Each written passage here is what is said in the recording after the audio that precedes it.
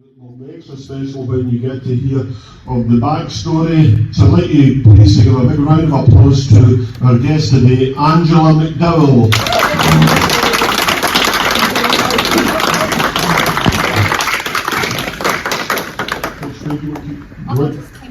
You sure? Thank you. Got a 1, 2.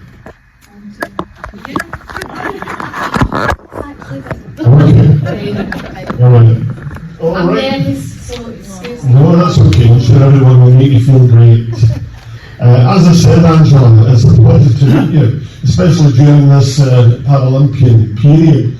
And, as a gentleman, I would never ask a lady her age, but what age were you in 1988 when you won all those medals? Well, I'm 57 now, so 20, 21, Yeah. for that age. We've got a picture of you there in the front, and we're honoured to have you today. It's really, want to get the backstory and all the details of your achievement throughout life and what you worked through, if you don't mind, and come to the achievements further down the line. So tell us a bit about yourself when you were just a young girl and you lived in Petersburg, I believe? Yep, I'm one of 5 girls. I've been brought up in Airdrie all my life. My sister Dorothy, one of the sisters who's with me today, she does that class as well. Okay. So there's my mum, my dad and the 5 girls, and we were brought up, we were all extremely close. It was just like a year apart with all the girls. I went to Dunrobin Primary School, and through Dunrobin, 4 sisters always had good health. I always had really bad health. I was a really bad asthmatic and kept poorly quite a lot of the time. But for all the sisters, I was probably the rowdiest, the one always getting bother, the one that would be caught climbing lampposts and when Coronation Street was on. And, so I was always the one, if I ended to get into trouble, out the girls who would get into trouble. Okay. Started to lose my sight from the age of 8. I would have really, really sore eyes, and it was through allergies. When was that first noticed by yourself? Well, I'd wake up in the night screaming because my eyes would be just in so much pain. Right. So I had to attend hospital appointments. I was in hospital with them a lot of the time, and it was at the age of 10 my mum and dad started to notice that I was bringing books closer to my face and had to sit near the television. I was in and out of the hospital, and we had said, look, I think my daughter's losing her sight. So tests were done, and they then realised that it was a new condition. They weren't really aware of this condition. It was a keratoconus, which meant that the corneas at the front of the eye were starting to lose their shape, just through allergies. Like if anybody's got like a skin allergy, if they have eczema, I would have that in my eyes. So it was a painful condition. Absolutely. And so from the age of 10 it started to go slowly, so I started to fall behind at mainstream school. What was your school? It was Dunrobin initially, and then I headed off to Caldervale. I was in Caldervale for 2 years, but at that time my sight was starting to get really bad. Okay. It was really badly bullied in Caldervale. And you suffered educationally as well? I did. I went from like really high, probably like top of the sort of class sort of group, right down to like the lowest thing you could possibly be. I couldn't keep up. And at that same time, without me knowing, my mum and dad were trying to get me into a specialised school at the Royal Blind School. But North Lancashire, being what it is, didn't have the funding, so it took my mum and dad a year to fight them at an educational level to get me into specialised education. So at the age of 14, thankfully I left Caldervale. I was so relieved at leaving Caldervale and moved to the Royal Blind School. And I remember the first Where is that? I was in Edinburgh. Edinburgh. So it was a boarding school. That was really hard because it meant I was away from my sisters, and we were close, so. And at that point in time, the train line wouldn't be in place? That's right, and you had to stay. So it was too far for us to travel back and forward. So I would be there from a Sunday night, and I would come back home on a Friday, and I'd spend the weekend with family. At first, maybe 6 months was really horrendous. I found it really hard to settle being away from home. But in terms of being in the school environment, I was so relieved that first day I walked in and everyone was the same as me. People not being able to see was a norm. And it took that. Because we're late to you, obviously. It could, and some people had better sight than me, and some people had worse sight than me. and it just felt lovely to know that I could go into a safe environment where people weren't going to be picking on me for what I had or what I didn't have. Well, it just shows you, how that progress can change your life, and thankfully it has done. So one of your sisters, I do believe, is Dorothy, who's with us, did you That's say? Right, yeah, Dorothy. So now she's Dorothy in the Arts Centre, but previously she was Dorothy, your sister, and I always associate Dorothy with Wizard of Oz, and you became the Wizard of Career. Well, maybe, I don't know. Well, you certainly did. Anyway, as a teenager, that was very, very difficult to take on board. So how did your education first and foremost improve at the school in Edinburgh? The classes were really small. I think there was only 8 or 9 in my class at school. By the way, I couldn't swim when I went to the blind school. I was 14 when I went to the blind school. I was a hurdler. I was an athlete, first and foremost, loved athletics. Even at Caldervale, I was really high, even though that I was losing my sight. And so when I went to the blind school, they had this rule that every single person in the Royal Blind School had to be able to swim. And I was like, this is a nightmare. I had to be swimming, not any activity? No, they just had to swim. It was just one. It was a compulsory rule. But they had their own swimming pool, they had their own specialised teacher. So, and it was part of the curriculum, so you did go swimming. And I tried to get out of it because I really don't want to do this. But I was thrown. Through fear, was it? I just something I couldn't do, and because I couldn't do it, and I've always had a nature, like if I can't do something, like I either conquer it or I'm like, oh, keep that away from me. So I was like that with swimming, like keep that away from me. And then we were going to there was a big competition, a big athletics competition taking place down in Wimbledon. And obviously I was a 100 metres runner, and I'm like, I really was this a blind related one? This is a blind related one. Yeah, and I'm like, I really want to take part in that. And they selected, there was a swim part of it and there was an athletics part of it. And because I only had to take a small number of people, I wasn't selected because I didn't swim. I couldn't do it because I knew I would have aced the 100 metres, or I would have won that medal. And I'm like, that's never going to happen to me again. That means I'm going to have to learn to swim so that I can just take part in the swimming. And also then do really well at the running. So once I learned to swim, I absolutely loved it, and I just got better and better and better. It's only in recent years that they've introduced the triathlon. I don't know if you could cycle, but your running, your swimming capabilities would put you right up there, if they ever introduced that to the Paralympics. I don't think they do, but because it's as you saw from the slides there, it's a gradual process. So that's a fantastic story that it developed. So who were your mentors? Who were your teachers, or who helped you in the going from someone who had a fear of swimming to a capable award-winning swimmer? There's a few elements to that. One is my mum and dad. My mum and dad were very competitive, would you say that? Yeah. So I've always had that competitive nature. Every single one of us actually have it. Dorothy and I have it really badly though. So I think that was one element that was there. And secondly, the class I was in school, the 8 of us, there was myself, who was a swimmer and an athlete, and then there was also 2 boys in my class. So out of 8 of us, there was 3 of us that absolutely excelled at sport.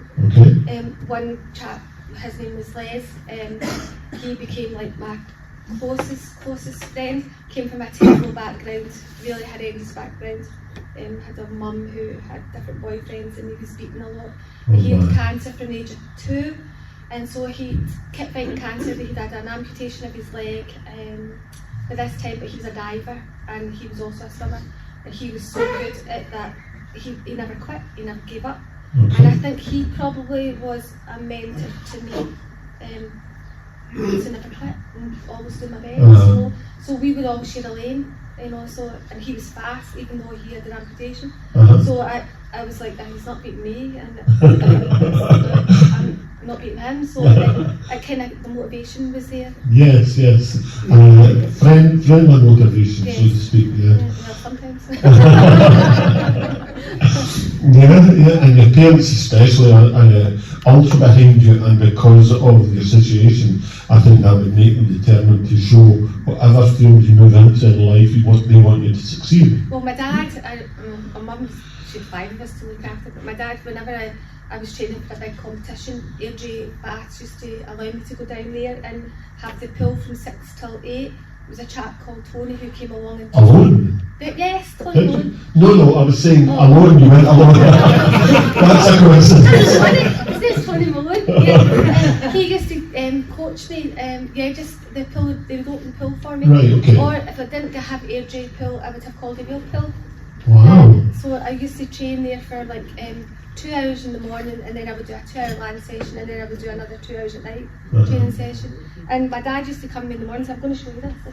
I've got a few things here. I've got some medals and that. I don't know if these are... Yes, definitely. Pass the medals around, and if that's okay, we'll get someone to take them and let everyone share in your success. You can all have a feel of these.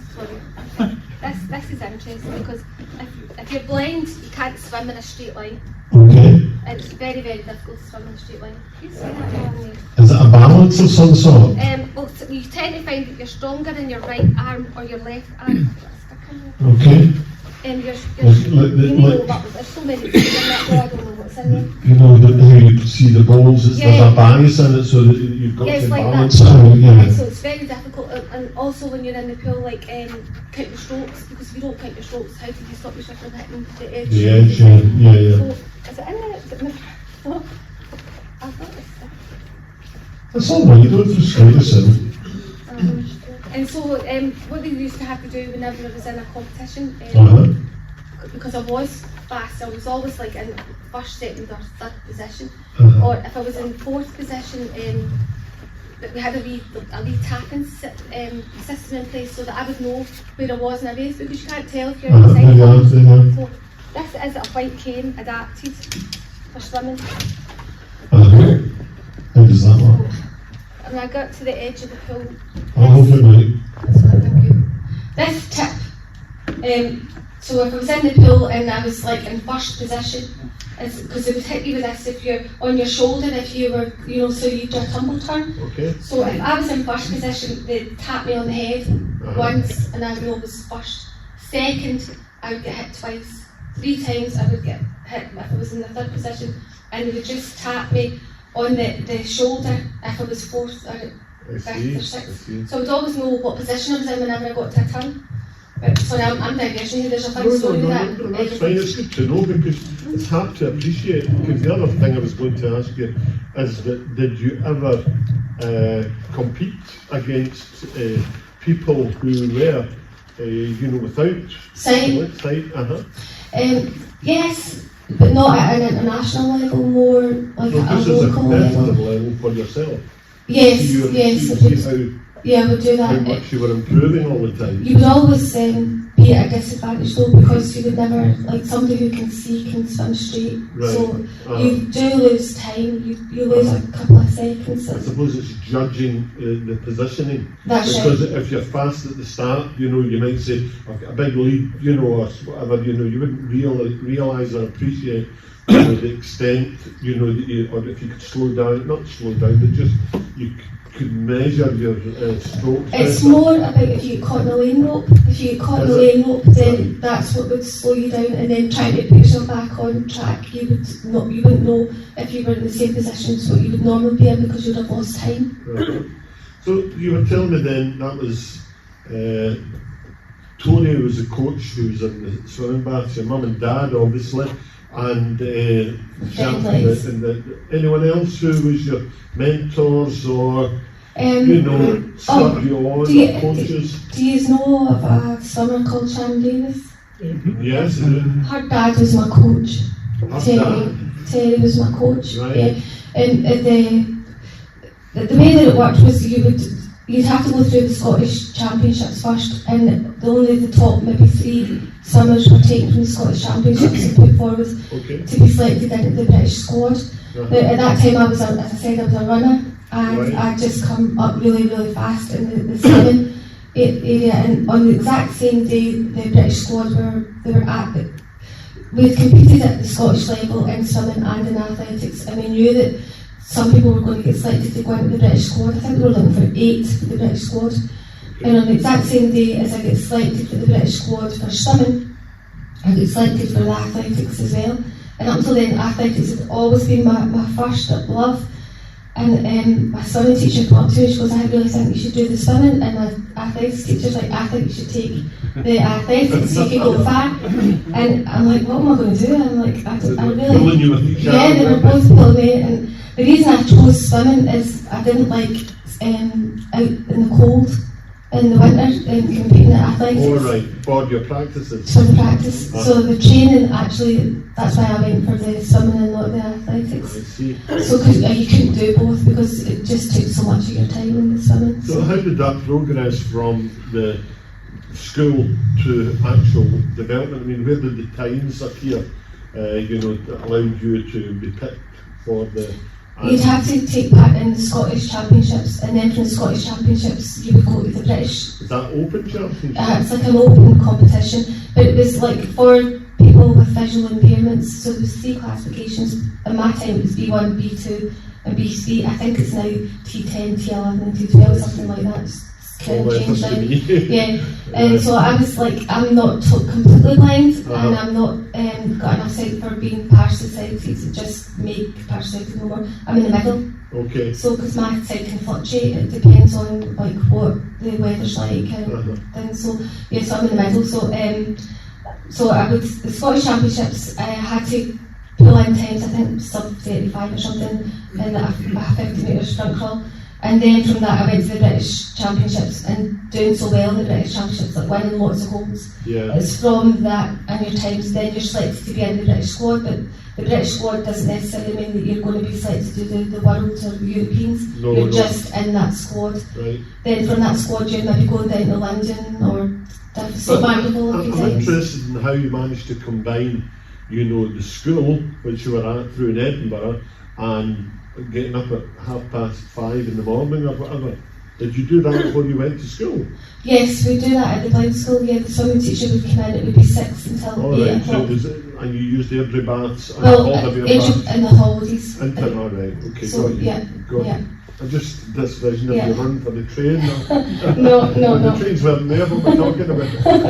Because I'm forgetting. But this sounds absolutely fantastic, and the measure of commitment which you put in there is Yeah, when I'm training for a big competition when I wasn't at school, you were really talking between 6 and 8 hours a day. It wasn't an easy shift.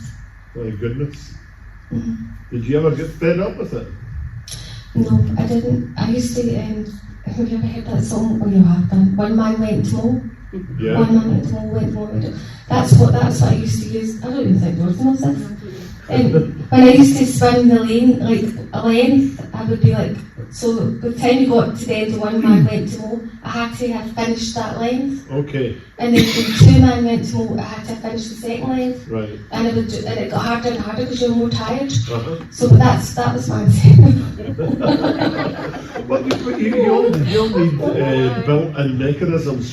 Sports persons will tell you that's what you have to do, Well, now they've got all those gadgets, like your watches and things like that. Yeah, and you can listen to things, and times and everything.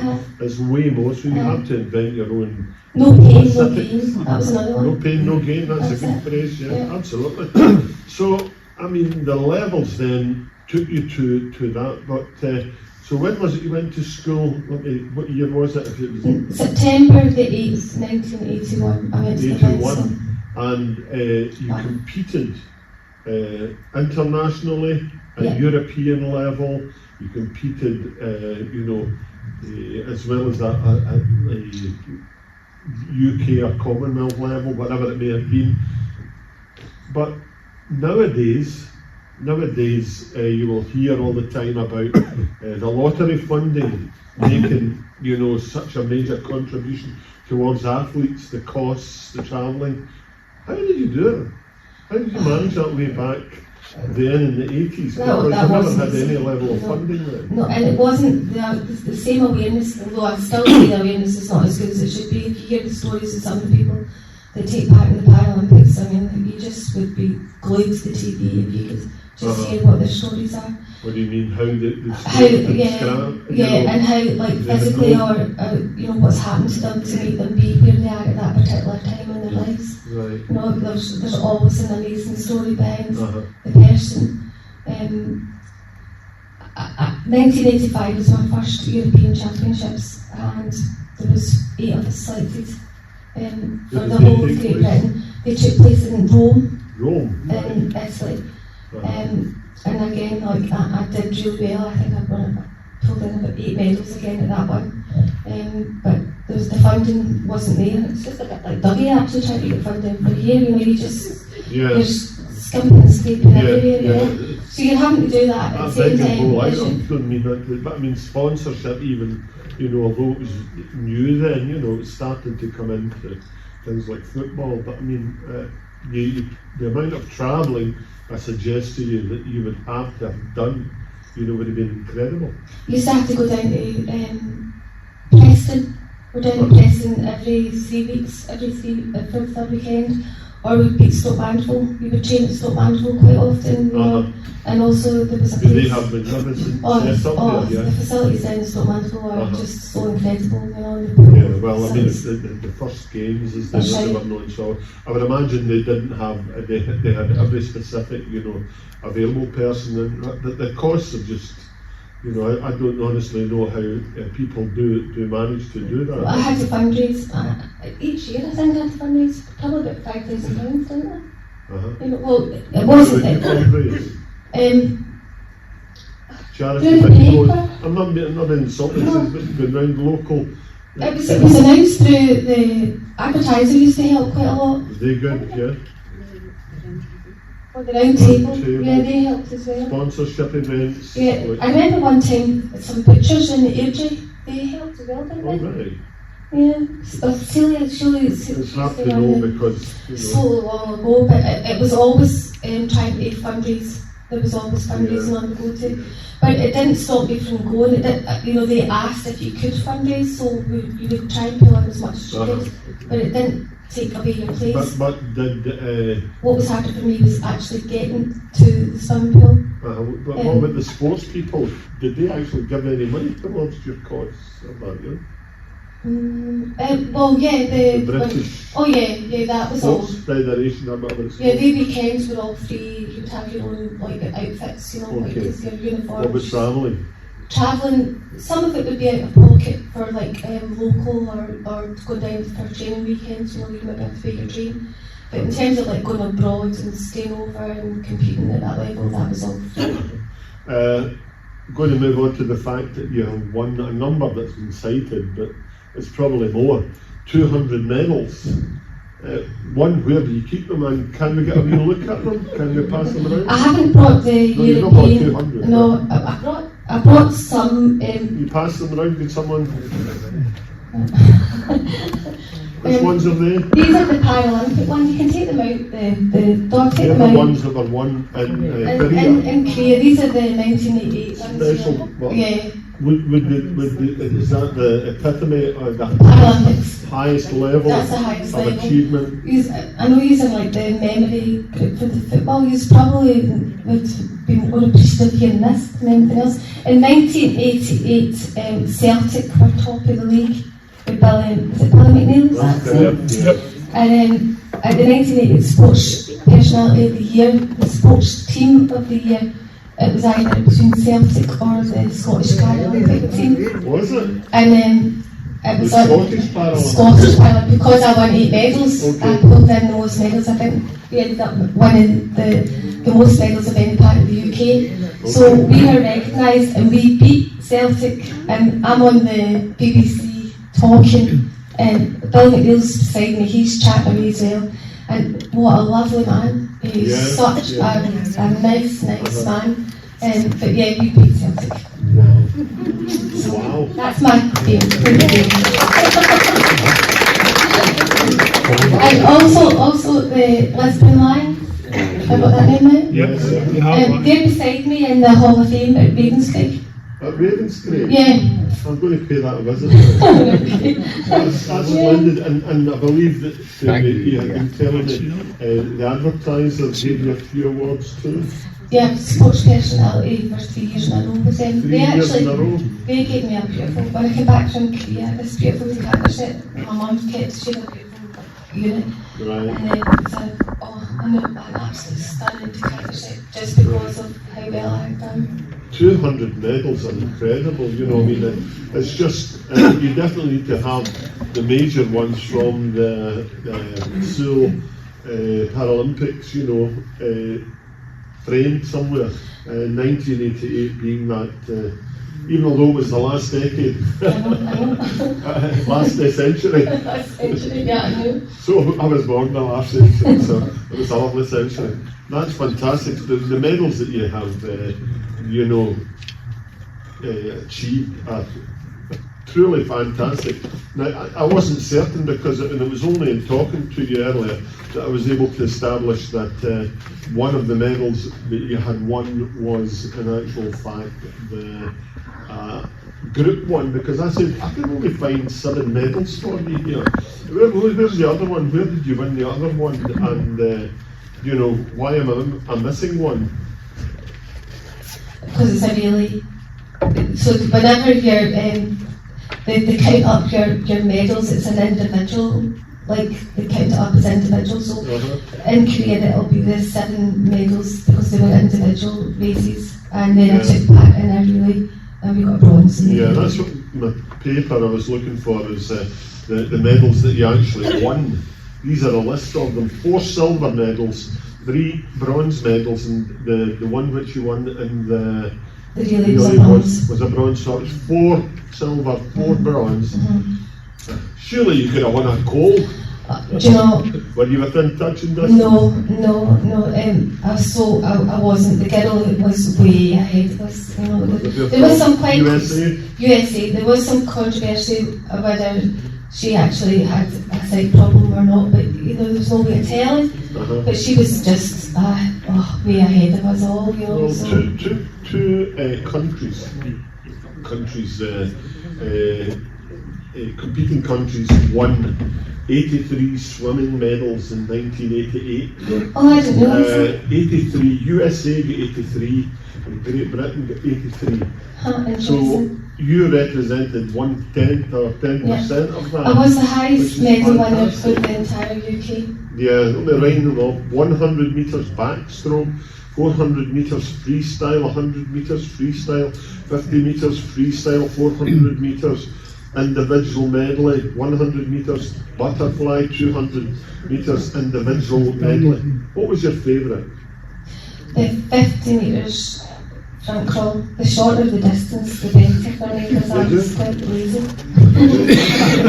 So on your way, I'm thinking on your way to winning that medal, you'd be swimming and saying, one man went to Mo, went to Mo. No, that's the 400s. No, that would be the 400s. That's the longer one. Yeah, the 50 metres, it would just be no pain, no gain the whole way. But the one, the funniest one out of all of those is the 100 metres backstroke.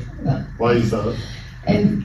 The girl who won all the races, her name was Tricia Zorn. She was a lot better than all of us, and she tried to psych everyone out.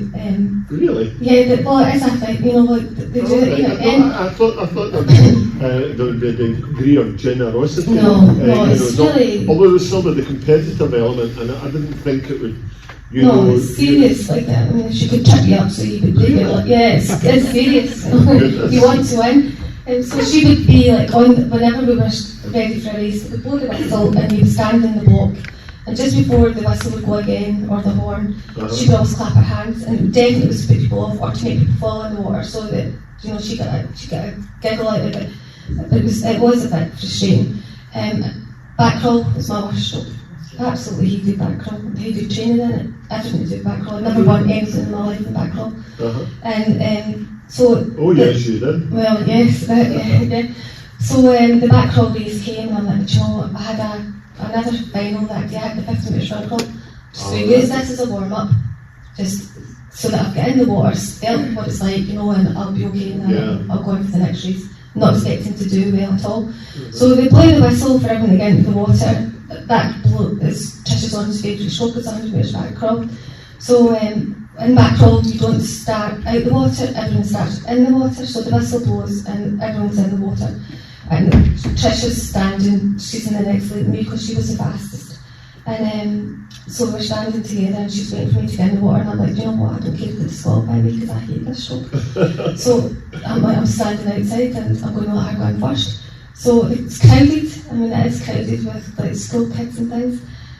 So she had to go in because this was her favourite stroke, so obviously she was in.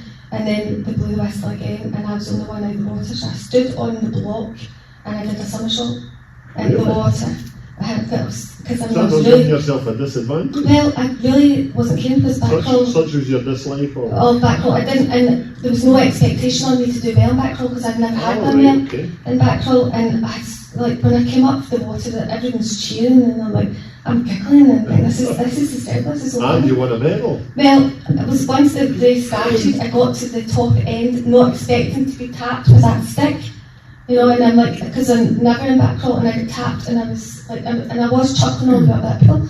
And when I got to the end, I was tapped 3 times, which then I realised I was in the 3rd position. And I'm like, I can't believe I'm in 3rd position here. I think it was, I'd always really had to concentrate in back crawl, and I think because I had stopped concentrating and I was just competing, you know, just swimming without having put any stress on anything.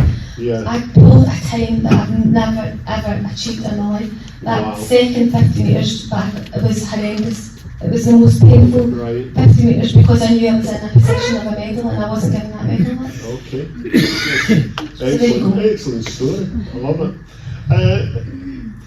Do you feel that since, you know, your involvement in the Paralympics, there has been a real embracing of the Paralympics, you know, a real tell-all coverage, you know, and if you looked at the slides there, you must have seen many times yourself anyway, the first 1960 Seoul Paralympic Games, 1960 was Rome was the first one, I think Seoul Paralympics was the year, the time before it. But anyway, forget it, do you think it's come on to such an extent where there's great coverage, costing for, I mean, I would like to hope that there's you wouldn't find people struggling to, you know, get truly funded now. I don't know if you still maintain contact with many people involved in sporting activity of this type. I do. Yeah, I do. It's completely changed now, but 2012, when it actually came to London, that changed a lot for the Paralympics in the UK. I'm not so sure it's changed a lot for a lot of other countries that haven't experienced what the Paralympics is like in a recent level. I'd say 1988, when we came back, that was the initial change that took place, and I think that opened people's eyes to what the Paralympics was about. There was definitely more awareness, and from 1988, people were starting to come forward with a wee bit of sponsorship. I had to find my own way to the swimming. If I was at home in summer holidays and things, because my dad didn't have a car, and we had to, I remember putting a thing in the advertiser asking for somebody if they would give me a lift down and up to the swimming pool. Nowadays, anyone who takes part in the Paralympics, or is a Scottish level or a British level, they have complete sponsorship. They have, like, it's like a job. They don't have to be working at something else. They can put all their time, all their energy into the sport that they're doing. Whereas in my day, it was, you couldn't, you had to work, or you had to be at school, or you had to, it was always other hurdles there that have been removed, and that's got to be good. Well, to use an analogy, you were good at athletics, and it seems to me that in life you have jumped every hurdle that you were faced with, you know, even some of it that should have, as a country, we should have, or nation, UK wide, you know, we should have helped out more to that extent, and people are probably, you know, benefiting from. So what are you doing post-Olympics? What do you do? Do you still swim to any extent? Are you fed up with swimming? I was fed up with swimming just for holidays. Yeah, just for holidays. I really I was beginner with swimming. But now, I mean, I'll go in the water and I'll swim a couple of lanes, or Right. I don't go do anything like exercise or anything like that now. No. I've kind of given up with that, but yeah, I was just for fun. And you're thinking if you were, you know, given your background, your knowledge, etc., you would probably make a splendid coach. I taught all my kids to swim by the age of 2, and I Really? think Dorothy, I think I taught 2 years by the age of 3 or something like that. I think I had a knack for teaching people to swim, but just didn't come to any fruition really there. Yeah, you didn't want to, or you didn't? There wasn't really a way, you know, like, I mean, who would want a blind person person teaching their kids to swim? You would You probably know? need to be work. I mean, you tell me of the people who had helped you, you know, they were in specific fields. So unless you find yourself in that field, you know, it would be hard to actually fit within that model. You now, of course, you attend the weekly art class with your sister Dorothy. How did that come about? It's Dorothy had been coming for a long time. Yeah. I mean, I don't keep very well. I have like other things going on in my life that make me quite poorly now. Right. And another reason why I kind of gave up the swimming. So I think Dorothy had been coming along for about, I don't know, about 9 or 10 months. She kept saying to me, come along. I can't do that. I'm rubbish at it. I can't do that. And she goes, but it's like, just chat to people. It's fun. And it's really out my comfort zone. I mean, this is like completely out my comfort zone. I wouldn't think so. Oh, would you know? I wouldn't think so. And I'm like, right, okay, eventually one day I said, right, I'll come. And you know, the people are so nice and so friendly and so open, and you can just be yourself and relax, and that's what I like about it. That's how Yes, well, you know, I find you to be a very humble person, given the extent of your achievement, etc. And I believe now that you haven't just passed your attitude to life to you know, the people you've taught to swim. What is it your children do? What did they qualify I in? have 3 children. My eldest is 31, he's a biomedical engineer, but he helps with my husband run their own company, and he helps people with disabilities and accessibility so that people can live their lives to the best quality that they can have. Okay. My daughter, who's 24 now, she's qualified as a doctor. And my youngest, who's 18, who also doesn't have great health, he is going off to Dundee on Sunday to start a degree in law. My goodness me. My goodness, that's splendid. Well, listen, a bit off stage before I start welling up here. You're a true model for a lot of people. All your achievements, everything. You're a model for a guest speaker. I don't think I'll ever be able to bring anyone here with the level of medals that you have achieved, etc. But you have been an ace, you know, a guest speaker for us here. They've told us as much as you know, possible. Can I just ask you one favour for me? Yeah. Can I throw open to anyone who wishes to ask you a question? Here, anyone? Don't make them hard. Anyone? I'm always a bit cynical about it when it comes to see certain athletes that take drugs to sort of make them first, second, or whatever. I mean, I don't suppose that would ever happen in Paralympics. It doesn't, but they can pretend they're more disabled than they are. You know, and that's definitely what happened in my classification. You know, the girl was meant to not be able to see people's faces, and I could ask her what my time was in a 50-metre pool. You know, so, but you just come across that. Well, I do think you do get cheating in every level, because I'll give you an example where I think there was cheating. When Craig Brown was in charge of the Scottish schoolboys under 16 and the tournament was run here, we played Saudi Arabia in the final, and all of them had beards at 16 and under 16. That's a good question. And that was the team we were expected to beat. You know, so I mean, I can understand. Again, Douglas. Just talking on the kind of drugs thing. I think if Angie was taking drugs, it'd be pies. You just saw me stuff on Facebook.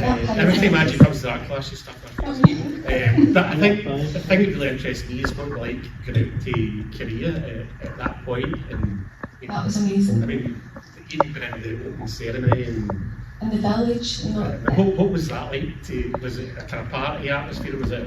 Well, Can I supplement that with, because I was asking you earlier, how did you deal with, because I know, and Bobby probably does long haul flights to visit his daughter in Dubai, but I mean that's a 20-hour flight plus, you know, for athletes to be going these. So if you supplement an answer to that, what Douglas was saying about the whole show, so to speak. Well, the first thing I'd say it was over 20 hours, because the time you've stopped, I remember we stopped off in Anchorage for a good while, you're fit anyway, because you've trained so much. So actually the jet lag and the tiredness, it's not the same as when you're like me now at 57, you know, it's much more exhausting.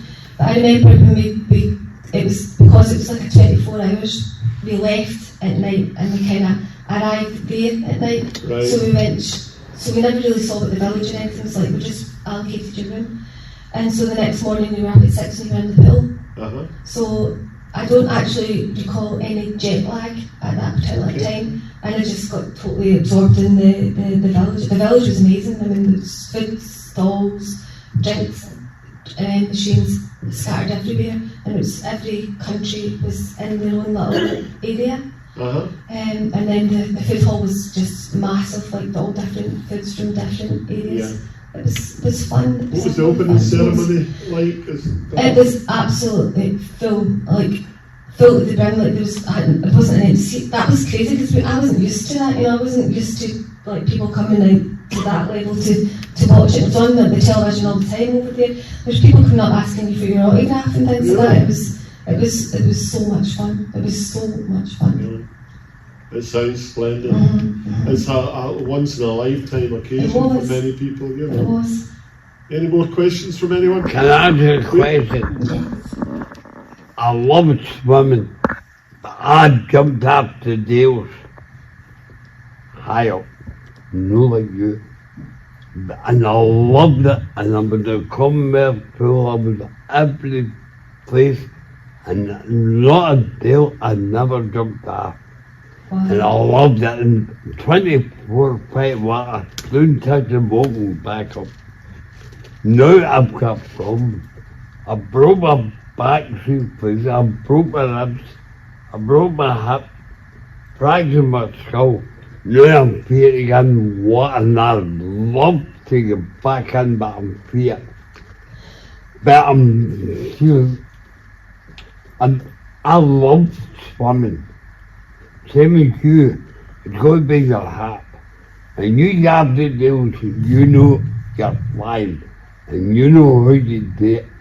And you can't get up, you're the only person out there like you, me, or you. And you go down and you touch the boat and you back up, and you look up and say, yes, I've done it, and springboard on. Now I'm fit to get near water. Because I'm fit and because my back's on my hip and all my ribs. Now I'm fit to get near water. Well, I have a friend who runs a club in Airdrie and Coatbridge. Gary, his name is. And You understand what I mean? But he would, it's a club for people with disabilities or like health issues. I'll see if I can get you a contact number, because there's people in that club who can support you if you're in the water, if you're a wee bit nervous. Nervous, I'm terrified. No fear, you used to love it. You can have the deal said, I'm going to jump down the top of you. That's why he was turned down for Tom Daly's coaching position. He's afraid to get in the water. A lady for a question there. No, I actually kind of relates to what that gentleman was saying as well, but now you were saying that you had a knack for teaching, but it was like who would want a blind person? Well, I would rather an Olympic champion teach my child to swim, but also like, I was thinking because we support in the community and there's lots of, you know, visual impairments, and could you not think you're running something like that for people with disability, but obviously you said it I does would happen. love to do that. I just don't think I've got a more opinion. I just don't. I never thought there was anything out there who would want me to help. No, you know? it's well, I think You're wrong it's there, a you're different wrong. perspective Yeah. as well, and it's like a different way of learning. And Uh-huh. Because it would have to be, it's more hands-on, you know, because I'm in the water at the time, you know. I would definitely be confident with somebody with Oh, your credentials teaching Yes, me yeah. or my children. There you are. So get your CV in. yeah. Who else for the question? Wally? I know it's getting your time, but just to end on a high, I'd like to talk about your experiences. Tell us your worst experience in your career and your best. Finish off your best experience. Oh, in my swimming career, the worst experience was when I got rejected for taking part in that competition because I couldn't swim, and I really, my 100 metres running time was so fantastic. So that was my worst time, but it's probably my best time as well, because if that hadn't happened to me, I wouldn't have gone into swimming, and I wouldn't have got as high up in swimming as I did. So it's the worst and my best. See, you were mentioning earlier on about the lady that always wanted to win, and she's up to all these tricks and the rest of it. Besides yourself, was there any other person noticed? What she Oh, was? God, everyone in my... You know, sort of a go Oh, together yeah. and say, look, we need to try and get my rein back this woman. It's difficult because they all speak different languages in there. I don't think they had the level of scrutiny they now do, you know, like VAR and all these things, that you know, people would try and take advantages by just getting their toe Yeah. so far ahead and things like that. You know, way back in the 80s and things like that. Nowadays, you can be false started, you know, and the running. She definitely did that. She definitely tried to get some false starts, because if you have 2 false starts, then you're out. So she would try and take people like that way. So, and it's not fair in a way, because it made people hesitant. And if you're on a 15 metres swim, you've got to go off that block as quickly as you can, you know. So that was the one time I got one back on. See your best pal, sort of thing. She was the American rival. American rival. Yeah. Yeah, splendid. Any more questions, anyone? Yes. What was it like when you found out that you were going to be in the Paralympics? Oh, that was because you had time trials to do, and like when you're competing against other people in Great Britain who are good, you know, and it's like it's not easy to get selected. There was 8 of us selected in the swimming, for swimming there was 4 girls and there was 4 boys, and I had 2 other girls who were high up there, and I knew I had to swim at my best to get selected. And when that letter came through to say that I was the one that had qualified, it's just phenomenal. I just can't even put it into words. It was like a dream. It was like a dream. Angela, can I ask you why you gave it up, or was it just No, it probably. This probably makes it sad, but it's not sad because it was the new start of my life with my husband David, and I have my children. But that friend I was telling you about, Les, who was like my closest friend, and we'd always sort of compete together, he always struggled with cancer. And at the age of 22 he passed away, and he didn't have a living family, but my mum and dad and my family and myself, we adopted him into our family. And so when he passed away when I was actually in Korea competing, and nobody told me that he was sick before I left, which was the right decision because I probably wouldn't have went. And so when I came back, he was in the hospital fighting cancer for about the 5th time, and he passed away in 89.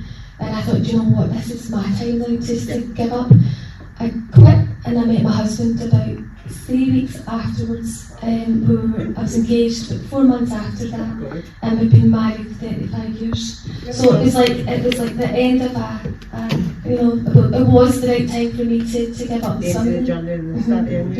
Yeah. But you haven't told anyone how you met him, because I believe it was a lamppost climbing competition. Do you know, my husband's the softest, kindest, most caring person ever. He would have had to kill you if he saw me on a lamppost.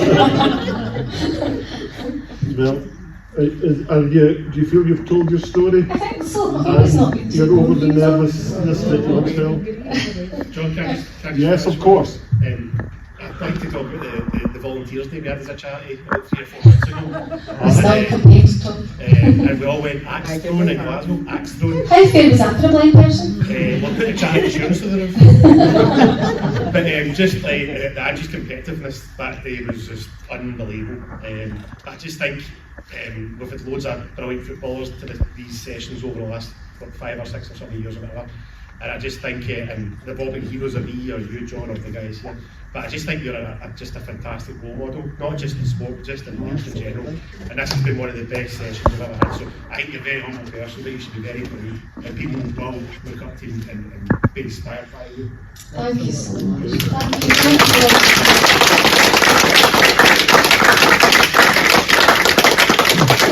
I can't really follow that. Thank you very much for your round of applause. Thank you for adding another hour and a half onto your day, because I know you were just here to do your Leonardo da Vinci or whatever it is, but I hope you've got plenty out of this. It's been nice. Your story, actually, you should take it wider, because what you should be doing is making it known. I mean, it's only circumstances that it's drawn this to ourselves, etc. But you know, I would think that Take it around the schools. so you should, you know, and once you've done it once, it's just rinse and repeat, as they say. So, congratulations! Thank you for being a wonderful guest. Thank you very much. you.